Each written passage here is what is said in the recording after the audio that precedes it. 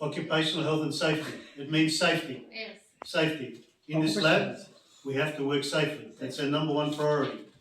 If someone is injured or someone is hurt, it's no good. So, to ensure we work safely in this type of lab, two things we normally would do. First one is we wear glasses, especially when we're making up the acid, sulfuric acid, concentrated acid. These are very important. Do you have glasses? Yes. Yes. The second one is your shoes. No sandal. Laboratory sandals are not good. Not good. So try and wear the closed shoes. And if you're making the reagents, better to use a lab coat. Okay? So we've got the glasses,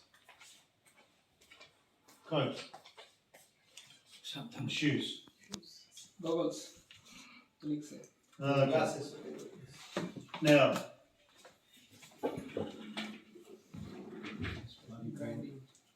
so second thing we learned a little bit about grinding. Unfortunately, we don't have a grinding mill here. We're going to get a grinding mill so you can grind some samples properly. Grinding is very important for mineral sands, cleaning the surfaces, reducing the size to the size in which we have to float. Now, can you remind me what's the size good for flotation? 10 to 200 micron. Correct.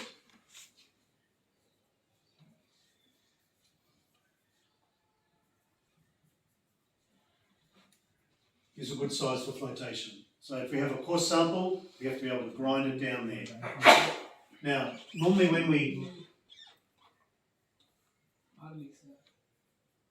grind, we generate slimes. There's lots of slimes in the mineral sands area, organic material, clays, etc.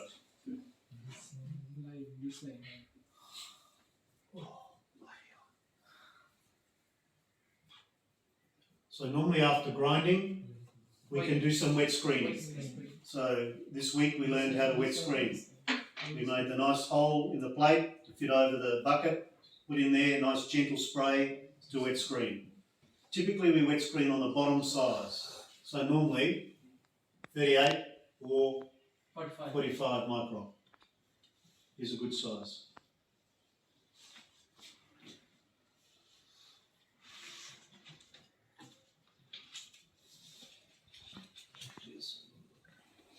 Right, and we learned a little bit about attritioning, what attritioning is, rubbing particles up against each other.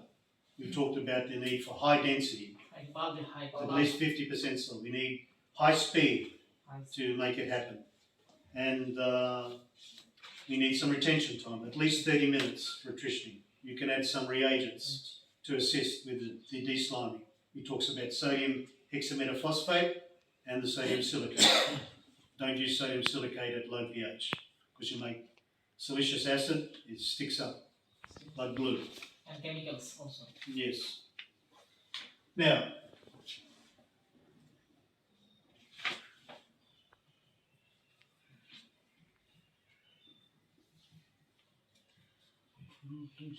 we learned a lot about doing flotation testing. These tests we do here are batch. We call it batch flotation test. It's not continuous. You put in the cell, it's one batch. So, we learnt how to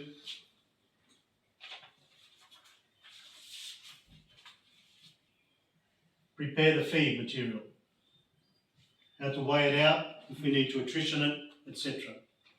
For this cell here, this is a 2.6 litre cell.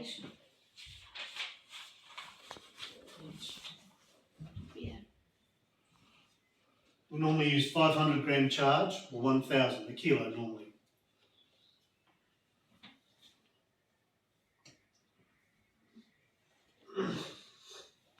The minimum in that cell is 250. Can't use any less than that, otherwise the density is too low. Because we're looking for a density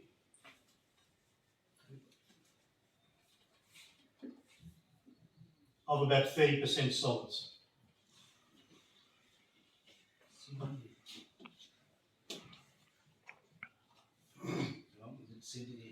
PD. It is pulp density. Pulp density. Pulp density.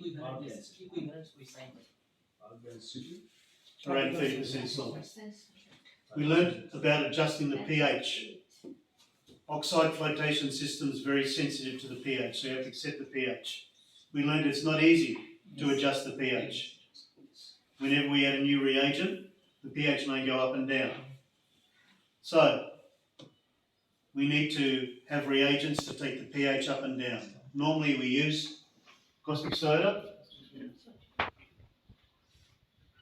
to take the pH up, and sulfuric acid to take the pH down.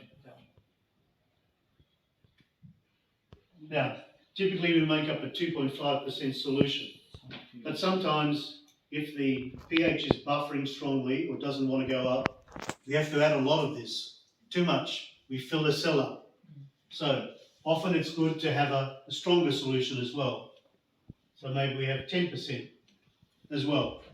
If we want to take the pH up more quickly but not add too much solution. And similarly with acid. And it's important to monitor the pH during the course of the, to make sure it's always the same. Because you're so busy concentrating here, you don't look over there to see the pH has gone down or up. So you have to be careful with it.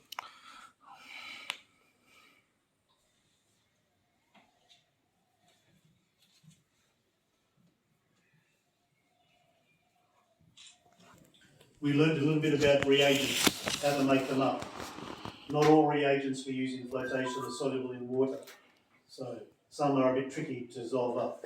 Sometimes we need to add glacial acetic acid to make the amine soluble. With fatty acid, we have to use sodium hydroxide solution. So these are little tricks you learn about making that solution up. It's a good practice to make it in the beaker with a magnetic stirrer and then transfer to the volumetric flask. Then you've got your stock solution. Label your solutions properly so you can see. We got confused there one day. We got the jar, we don't know what's in it because we don't use your marking pen I give you to mark it properly.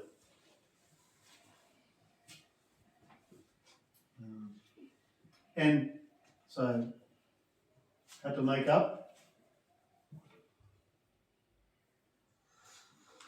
And also how to add to the cell. Transfer from the volumetric flask to a small beaker, measuring cylinder or pipette to add to the cell. When we add to the cell,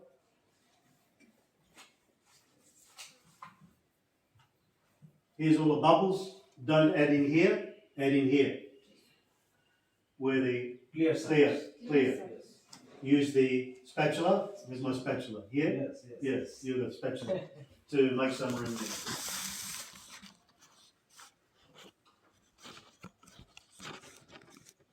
And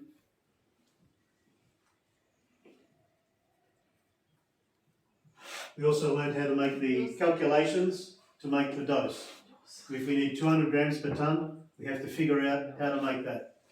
So that should, after you've done 3 or 4 of those, it gets stuck in your head. You can do it with your eyes closed. Yes, exactly. That calculation is very important, particularly if we change from 500 to 1,000 or something. We have to be conscious of that.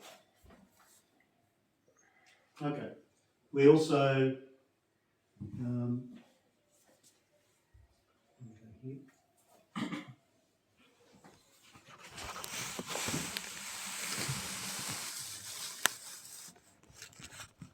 we also learned about the different types of collectors. Some collectors are positive, some are negative. Collectors, so they can be cationic or anionic. And we learnt about IEP, which stands for Isoelectric point. isoelectric point. The point at which, below which the surfaces are positively charged. And above, negative. But this is ideal. So, in theory, the curve looks like this, it should be like that, but in practice, it's maybe change. And it can change a bit with different anions or cations in solution.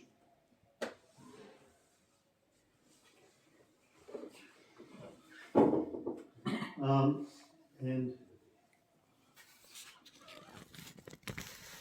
we also made use of the microscope.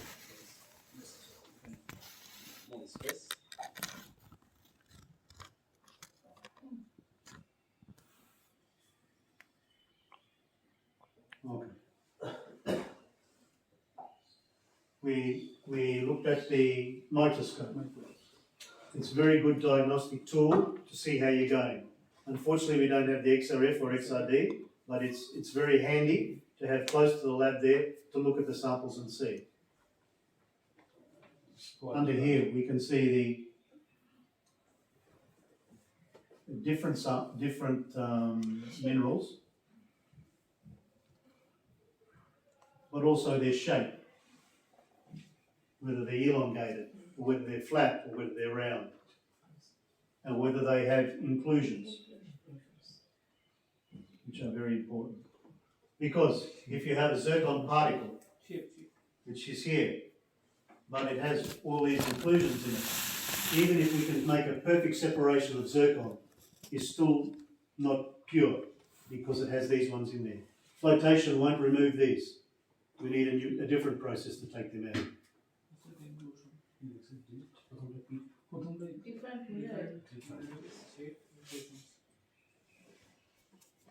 And finally, we learned a little bit about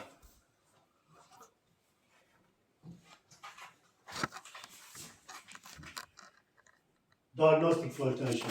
When we have no idea about how this system will work, we have to start somewhere. So maybe we start at low pH. We try, we test, we take the pH up, or we start up and work our way down to try and understand how the system works. Diagnostic flotation. And lastly,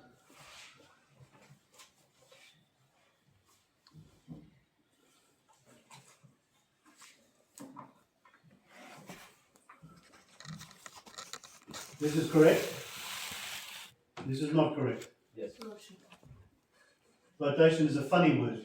For some reason, whoever invented it, he left out the A. So flotation we spell like this. This is a different flotation. This is when you're in a bath and you're floating away. I made this mistake. I remember. Flotation. So, and I guess just finally, you have to not be too hard on yourself. So, in 1 week here, we haven't solved the problems of the world. We haven't made a perfect separation of zircon and monazite. We haven't optimised the conditions for using amine to float feldspar, but we made a start. So flotation is a very big, broad subject, and will take many researchers work their whole lifetime to try and